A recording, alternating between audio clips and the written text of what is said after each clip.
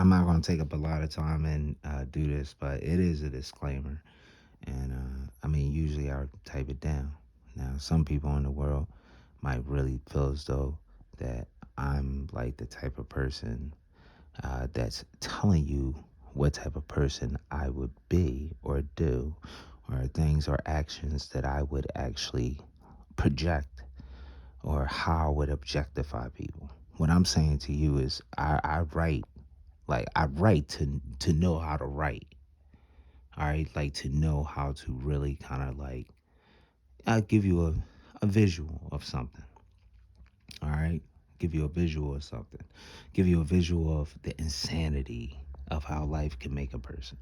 Give you the visual of the ingenious of a person's intelligence, and you know how it teeters on that line. People might not even care. Some people don't care. Some people might hear it and be like, "Oh yeah, well I plan on holding that person to that." Right? So if you think that I write it to be like a clever person telling you what I would or would not do, you got it wrong. What I'm doing is I wrote like a report column.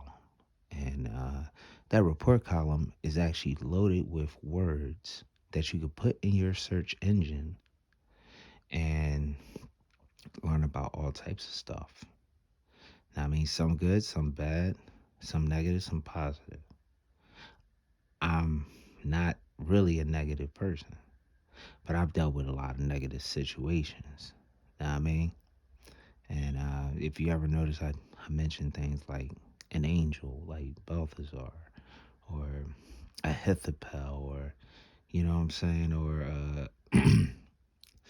Azazel, or Aziel, like what I was calling it. Now I'm at 213, and I don't want to go too far, but what I'm saying is, I write to basically a subconscious spirit, to a zygote. I write to the consciousness of a zygote. A zygote is actually uh, it's a baby before conception, sort of kind of the baby at the moment of conception.